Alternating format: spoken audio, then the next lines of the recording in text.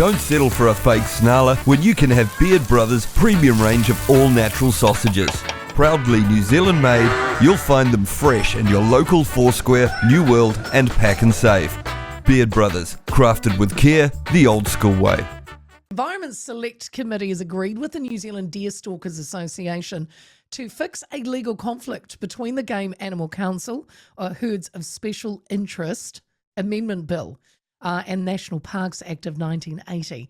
Now, previously, the law required exterminating introduced species as far as possible in national parks, which made it illegal to manage certain herds of animals for hunting and conservation.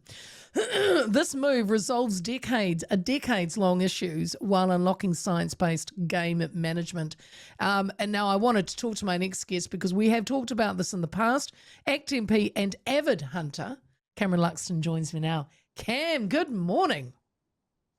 Good morning, Leah. This is good news indeed. But can you, for the listeners, Cam, just explain what this amendment allows for hunters and conservation groups and why it's important? Yeah, so as you said, Leah, it's a very important part of New Zealand's cultural heritage. Our conservation estate is a huge resource that is there for the good of the natural environment and maintaining our native flora and fauna. It's also a place for New Zealanders to recreate, go out and be a part of what we are blessed with, which is a beautiful conservation estate. Hunters are a key part of what happens in our bush.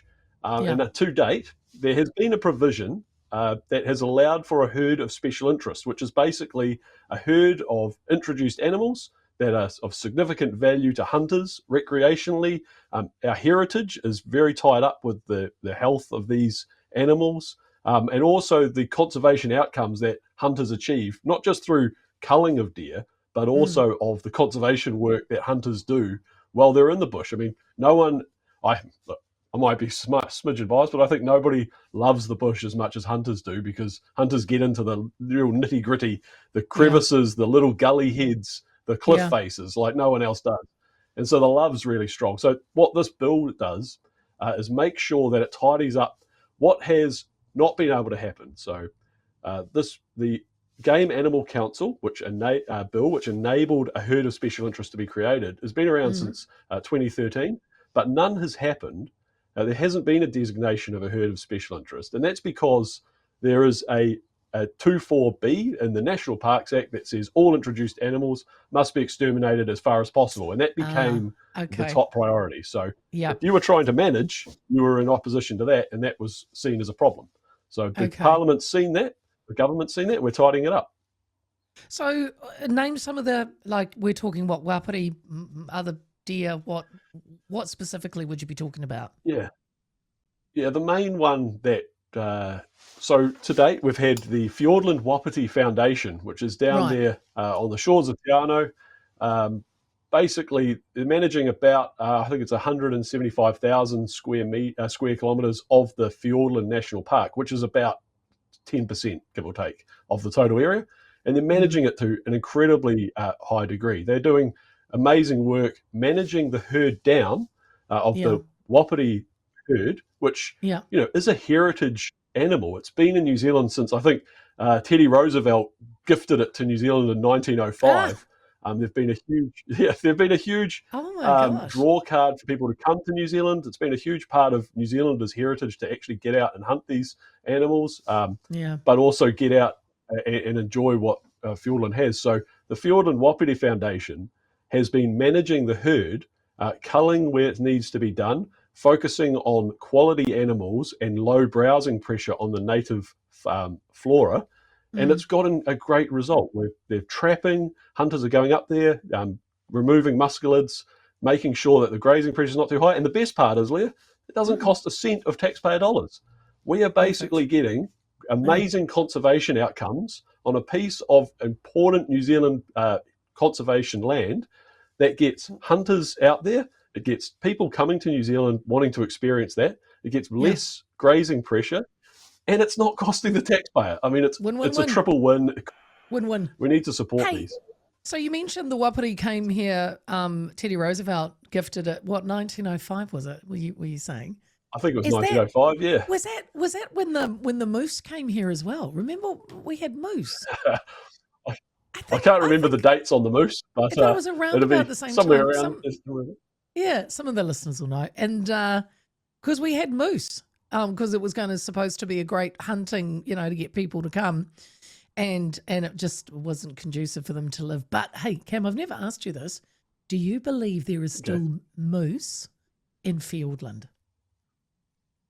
It is such a fantastic question. I mean, people need to have a hope in the world of something. And Yes. in North America, some people go out looking for Bigfoot. I don't think there's a chance in hell of that being found. You reckon? But in New Zealand, we've got.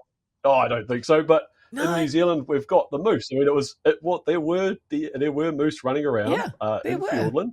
Yep. It's an amazing wild area, which is part of the reason why herds of special interest is important for the conservation role, because to get into some of these places is so difficult.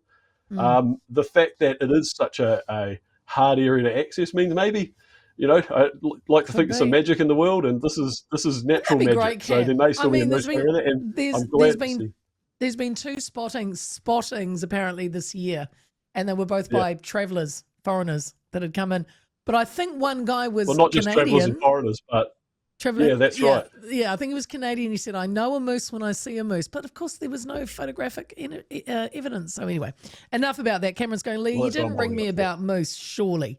No, I didn't. I want to move on, Cam. I mean, gosh, if we can find a moose, that would make my day. The Labor Party's capital gains tax, which isn't really, it's a very narrow capital gains tax. ACT Party's reaction? Well, you say narrow. Look, whenever you introduce a new tax, I think when the GST was introduced, it was 10%. Now it's 15%. Same with income tax. That started on a low, I think a single-digit rate, and it was supposed to be on people earning a lot of money. Now everybody's paying it, and I think the top rate is 39, up from 5 originally. So yeah, it might be targeted, but all these things grow.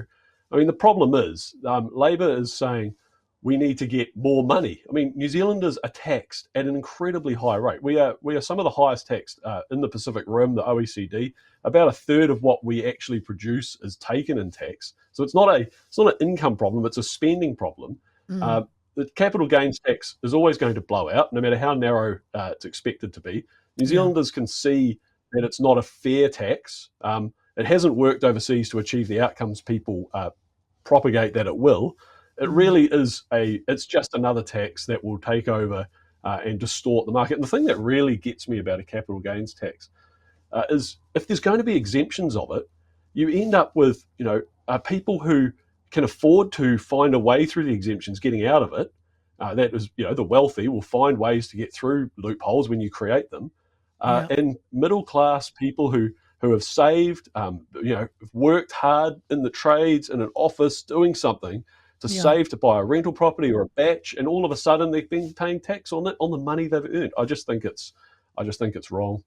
It's not. And the idea that Labor would dangle healthcare payments to try and incentivize people to see this as a positive just shows how out of ideas they are. I mean, a capital gains tax requires capital gain to pay the tax. Yeah. It's really is. There's a term called hypothecation, which is money that is taxed, is earmarked for a certain good. A capital gains tax would go into the pot and it would pay just like everything else. It's just a bribe, and it's not. Well, it is, and it's not target. I raised my. I mean, I wasn't surprised that they came up with this because that's their go-to kind of default position. But the fact that it goes to healthcare with 3 free doctors' visits for all, that's including, a millionaire or people that can afford to go. Why not? If you're going to be that targeted, why are you not just targeting, if they say 1 in 6 can't afford to go to the doctors, well, aren't they the people?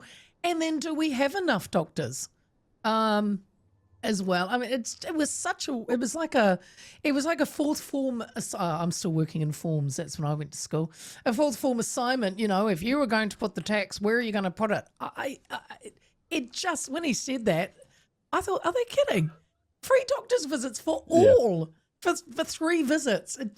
And then, but if you read later on down, it said this Medicare card for all. I think that spooked the horses, that one as well. Don't settle for a fake snarler when you can have Beard Brothers' premium range of all-natural sausages. Proudly New Zealand made, you'll find them fresh in your local Foursquare, New World and Pack and Save.